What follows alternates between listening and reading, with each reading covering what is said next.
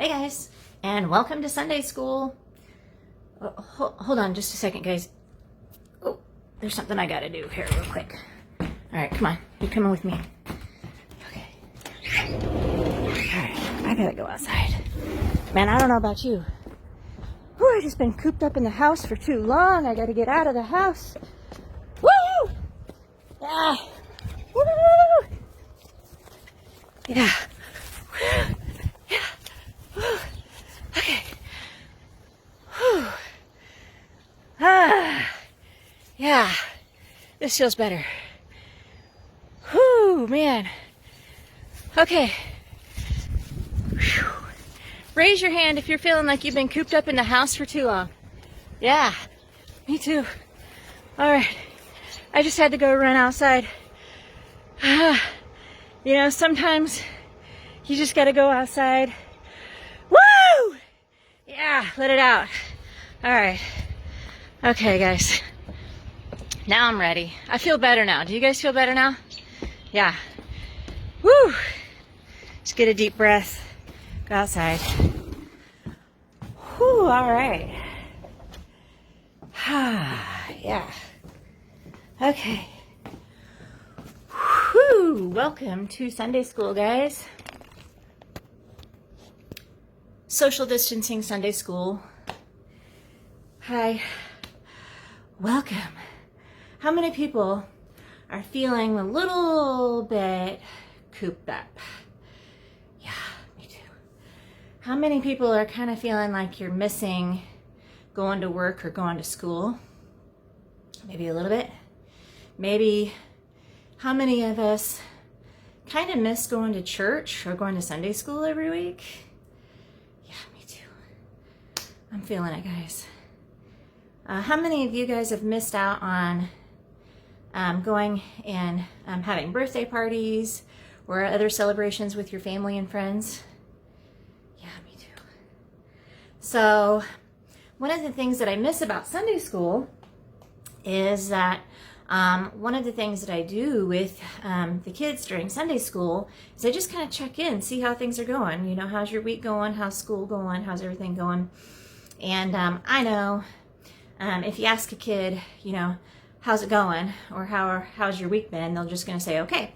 So one of the things that we're going to do together is we're going to play a game called Thorns and Roses. And if you're at home and you're watching this video with your family and you've got 3 or 4 people or more at home that you can play Roses and Thorns with, you can do that at home. And if not, then you can play Roses and Thorns with me, and you can put your comments in the comments down below the video here. So Roses and Thorns, basically, it's a pretty easy game to play. Just everybody has an opportunity to share.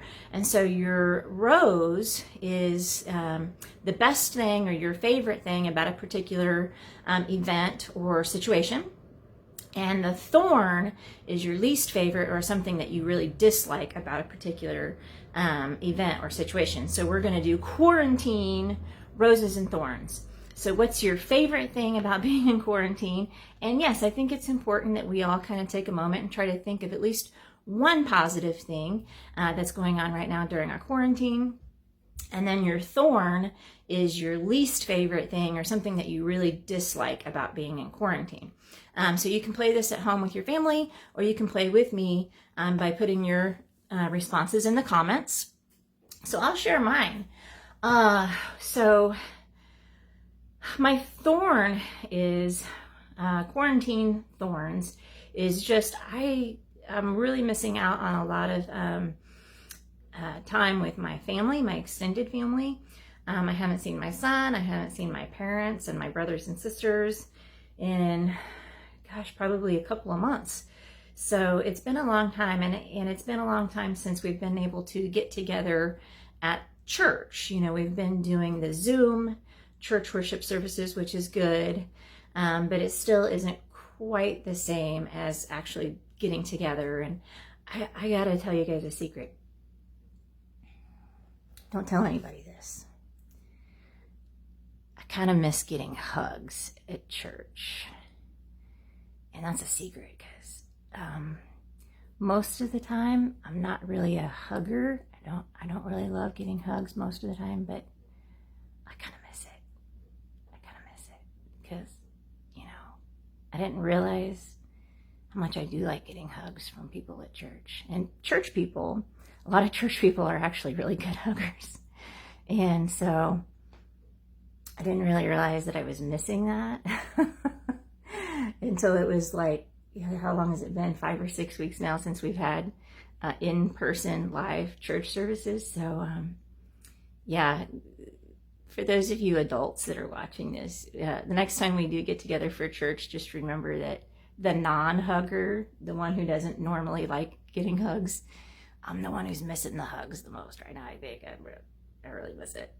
So, no, I know you guys are missing it. I know the people who are huggers are like really, really jonesing for a hug right now. But that's my thorn, is just that we haven't been able to have any like social gathering. I haven't seen my extended family. I haven't been able to go to church. But my rose is, I'm actually really, really thankful and really lucky that I'm still working. I can work from home because my job is mostly computer and phone based. So when the quarantine started, I pretty much just packed up my whole office and brought it home with me. So my regular schedule, like my Monday through Friday day-to-day schedule, hasn't really changed all that much. I've continued to work and do most of the things that I normally do at work. And I've kind of realized that I don't hate working from home. And I think if I had other like social interactions at church or with family, I don't think I would really mind working from home all that much. So it hasn't been all that bad for me. And I know a lot of people out there that are really struggling because they haven't been working. And maybe that's put a little bit of a financial burden on some people.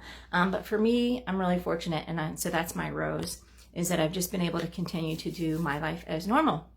So I want to hear from you guys. What are your roses and thorns about the quarantine? So share that in the comments below. Now we're going to get to our Bible study lesson, or Sunday school lesson for today. And this is the story of the walk to Emmaus. So I'm going to read it to you real quickly here. And I'm reading to you guys from the Message Bible. And this story happens on the Sunday of Jesus' resurrection. So on that same day, that Sunday, 2 of them were walking to the village of Emmaus, about 7 miles out of Jerusalem. They were deep in conversation, going over all the things that had happened. In the middle of their talk and questions, Jesus came up and walked with them, but they were not able to recognize who he was. And he asked, "What is it that you're discussing so intently as you walk along?" And they just stood there like, who's this guy? One of them, named Cleopas, said, "Are you really the only one in Jerusalem who hasn't heard what's going on in the last few days?" And Jesus said, "What's happened?" So they said, "The things that happened to Jesus, the Nazarene. He was a man of God, a prophet, great in word and deed, blessed by God and all the people. Then our high priests and leaders betrayed him, got him sentenced to death and crucified him. And we had our hopes up that he was the one who would deliver Israel. And it is now the 3rd day since this has happened. But now some of our women have completely confused us. Early this morning, they went to the tomb and couldn't find his body. They came back with the story that they had seen a vision of angels who said that he was alive. Some of our friends went off to the tomb to check and found that it was empty, just as the women had said. But they didn't see Jesus." Then he said to them, Jesus, "So thick-headed, so slow-hearted, why can't you simply believe all that the prophets have said? Don't you see that these things had to happen, that the Messiah had to suffer and only then enter into his glory?" Then he started at the beginning with the books of Moses and went on all through the different prophets, pointing out everything in the scriptures that referred to him. They came to the edge of the village where they were headed. And Jesus acted as though he was going to be going on. So they pressed him, "Stay and have supper with us. It is nearly evening and the day is done." So he went in with them. And here's what happened. He sat down at the table with them. Taking the bread and blessing it, he broke it and gave it to them. And at that moment, their eyes were opened. They recognized him. And then he disappeared. Back and forth they talked. Didn't we feel our hearts were on fire? Didn't we feel like our hearts were on fire as he conversed with us and he opened up the scriptures to us? They didn't wait a minute.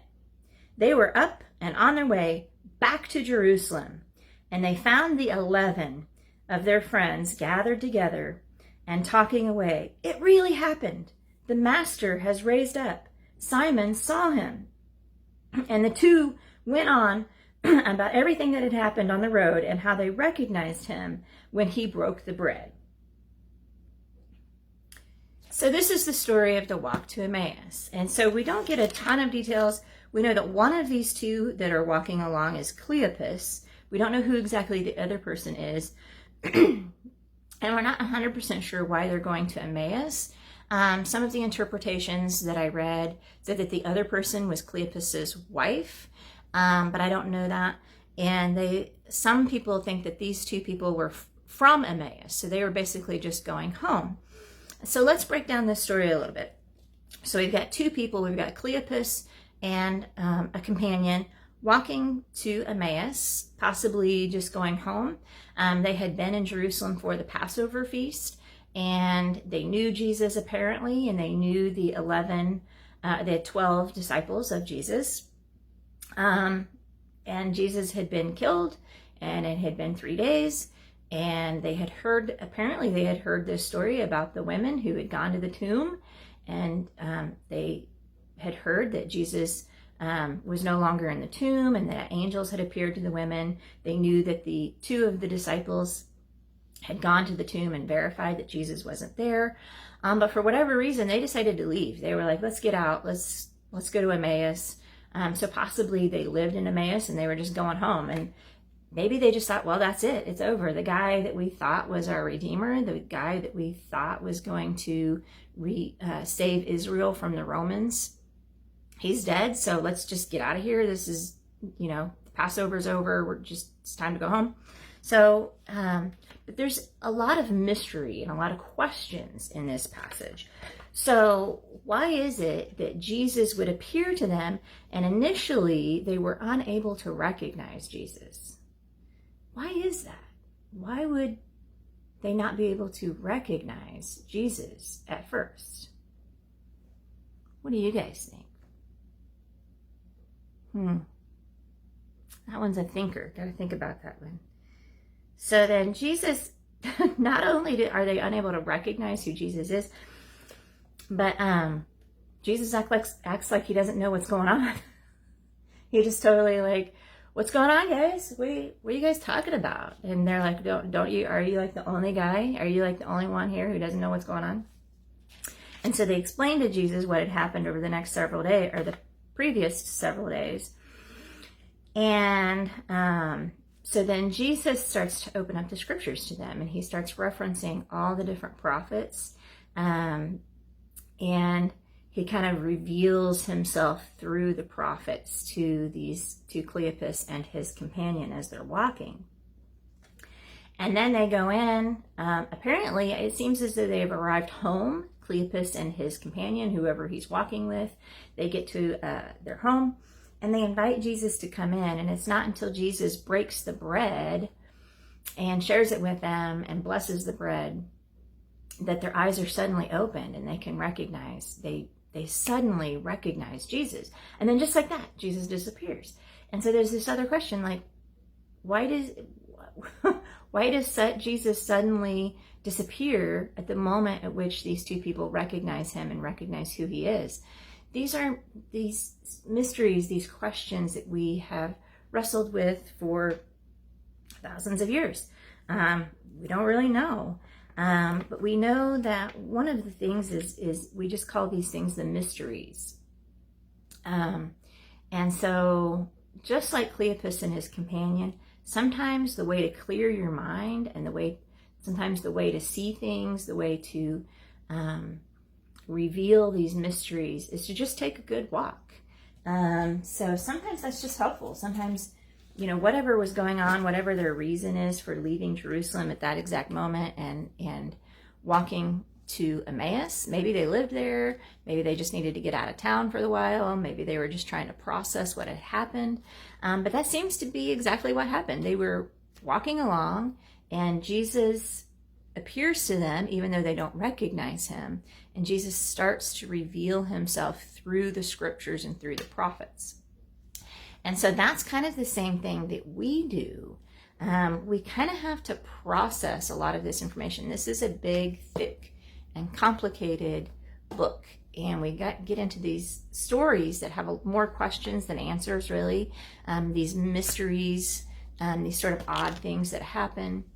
But the more time you spend on it, and you pray, and you read, and you meditate, and maybe take a long walk to process that information, the more you process this information, the more is revealed to you gradually over time. So if you're a youngster and you're reading this and you have questions, that's okay, because a lot of people have questions. And for a lot of us, these things about Jesus are not revealed to us all at once, but a little bit over time. And the last thing I wanted to share with you is I thought this was a really interesting phrase, and it varies a little bit depending on what translation you read. And the Message, it says, "Didn't we feel on fire as he conversed with us on the road, as he opened up the scriptures to us?" And in some translations, it says that their hearts were on fire. And I don't know if you've ever experienced that before, but many of us that have been in the faith for a long time, sometimes will feel that our heart is on fire, and not like heartburn, not the kind of heartburn that you would take Tums, but many of us feel like we're on fire, like we have this spiritual fire within us, and that's the clue, that God moment, that God wink, where you just feel it, something to be true in your heart. And that comes with time, it comes with study, it comes with prayer and meditation. So I invite you to do that this week, is to just take some time in the mystery and to just let it be a mystery. Some things are just mysterious and we don't understand them, or it takes a very long time for us to understand. So I'll pray with you now, and I hope that you continue this prayer throughout your week. Lord God, we thank you for being with us even when we don't recognize you. I thank you for revealing yourself through us over time, through scriptures and through our readings, through other people. And I just ask that you continue to be with us and continue to walk with us and continue to reveal yourself to us little by little, that we may come to know you. Amen. Thanks, guys. Thanks for joining me this week in Sunday school. I hope you put your comments down below. What are your roses and your thorns for quarantine time? And if you feel like you need to take a walk, if you feel like you need to get out of the house a little bit, please do so. Take a walk that kind of clears the head. So I just invite you to do those things this week. Thanks for joining me. Have a good week. Bye-bye.